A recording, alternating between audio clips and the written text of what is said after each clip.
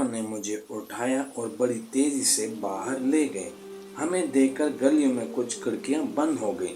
لوگ عام طور پر ظالم نہیں ہوتے، بہت کم ہوتے ہیں جو دوسروں پر تشدد ہوتا دیکھ سکتے ہیں۔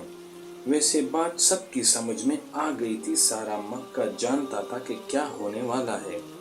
غلاموں کو راہ راست پر لانے کے معاملے میں اہل مکہ کا آپس میں مکمل اتفاق تھا۔ میں نے بغاوت کی تھی، حکم عدولی کی تھی، اپنے آقا کو اس کے احباب کے سامنے رسوا کیا تھا، اس کے مذہبی عقائد سے ٹکر لی تھی اور ایسی بہرہ روی برداشت نہیں کی جا سکتی تھی۔ جہاں تک امیہ کا تعلق تھا اس کے لیے یہ بات بالکل واضح تھی۔ وہ مجھے مجرم سمجھتا تھا، خطا کار، قصوروار۔ میں اپنی حرکتوں کی وجہ سے بحیثیت غلام اپنی قیمت گنوا بیٹھا تھا، اس لیے وہ مجھے اس رقم کا دیندار سمجھتا تھا جو اس نے مجھ پر خرچ کی تھی۔ اب صرف میری کھال اس کے کام کی تھی، وہ اسے کچوا سکتا تھا، کتوں کے آگے پھینکوا سکتا تھا، دوسرے غلاموں کی عبرت کے لیے اس کی نمائش لگوا سکتا تھا۔ آج میں یہ سب باتیں سوچتا ہوں تو مجھے امیہ پر ترس آتا ہے، کیونکہ جو دوسروں سے ناانصافی کرتا ہے وہ در حقیقت اپنے ساتھ ناانصافی کرتا ہے۔ وہ مجھے ایک میدان میں لے گئے جس کے بیچوں بیچ ایک لکڑی کا کھمبا گڑا ہوا تھا۔ اس کھمبے سے انہوں نے مجھے مضبوطی سے جکڑ دیا۔ امیہ نے کوڑا سنبھال لیا۔ میں اس تشدد کی رودات بیان نہیں کروں گا۔ درد کی یاد نہیں ہوتی، درد جب ہوتا ہے تب ہوتا ہے، اس کے بعد نہیں۔ صرف اتنا کہوں گا کہ اللہ سورج سے زیادہ طاقتور ہے اور کوڑے انسان کی روح کو نہیں چھو سکتے۔ مجھے یاد ہے اس وقت میں زور زور سے اللہ کو پکار رہا تھا، ایک ہی طریقے سے جو مجھے آتا تھا اور ایک ہی نام جو میں جانتا تھا، احد احد۔ میں بلال جس نے اب تک ہزاروں لاکھوں لوگوں کو نماز کے لیے پکارا ہے، اس وقت عبادت کے طریقوں سے واقف نہیں تھا، لیکن جب میں نے اس نام کو پکارا تو میرے دل نے گواہی دی کہ اس نے سن لیا ہے۔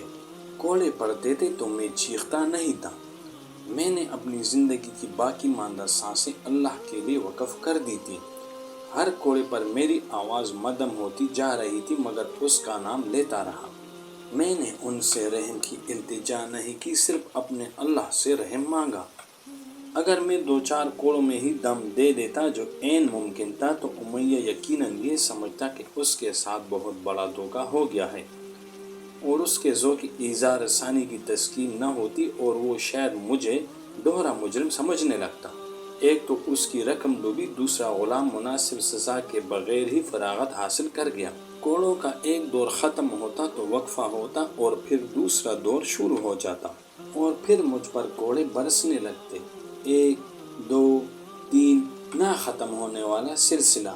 میں نے اکثر سوچا ہے کہ شاید اس دن میں درخت پر پڑے کسی جھولے پر جھولتا ہوا موت کے دامن میں پہنچ گیا، لیکن ایسا نہیں تھا۔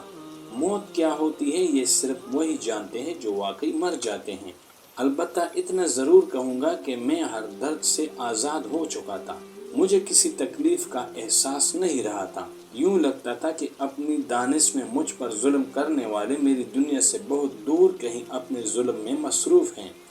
یہاں تک کہ جب انہوں نے مجھ پر تپتی ہوئی چٹانیں رکھی جس کے بوجھ تلے میری موت یقینی تھی، تو مجھے صرف اتنا احساس ہوا کہ انہوں نے ایک کھیل ختم کر کے دوسرا شروع کر دیا ہے۔ میں ان کی پہنچ سے باہر جا چکا تھا۔ ان کی حرکتیں مجھے احمقانہ لگ رہی تھیں، بالکل بچکانہ۔ مجھے وہ ایسے لگ رہے تھے جیسے عکاس کے میلے پر ناچنے والی بھیڑیں۔ پھر میں نے آنکھیں بند کر لی اور چہرہ آسمان کی طرف اٹھا دیا۔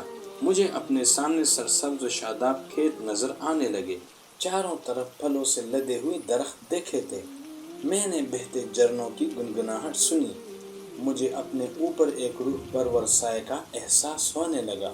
پھر میں ایک نہایت خوبصورت باغ میں داخل ہو گیا، جہاں ہر رنگ ہر نسل کے نوجوان مرد عورتیں سیر و تفریح میں مشغول تھے۔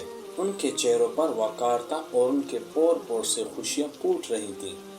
انہوں نے مجھے خوش آمدید کہا اور ایک فوارے کے پاس لے گئے جہاں میں نے پانی پیا، اتنا کہ میری روح کی پیاس بجھ گئی۔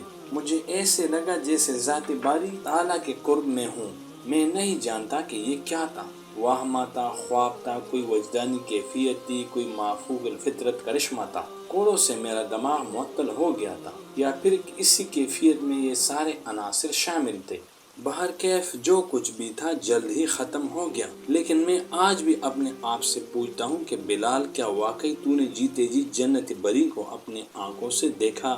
ناظرین، اگر ہماری آج کی ویڈیو آپ کو اچھی لگی ہے تو ویڈیو کو لائک اور چینل کو سبسکرائب ضرور کیجیے گا، تاکہ حضرت بلال رضی اللہ تعالیٰ عنہ کے سلسلے میں آنے والی ویڈیوز کا نوٹیفیکیشن آپ کو ملتا رہے۔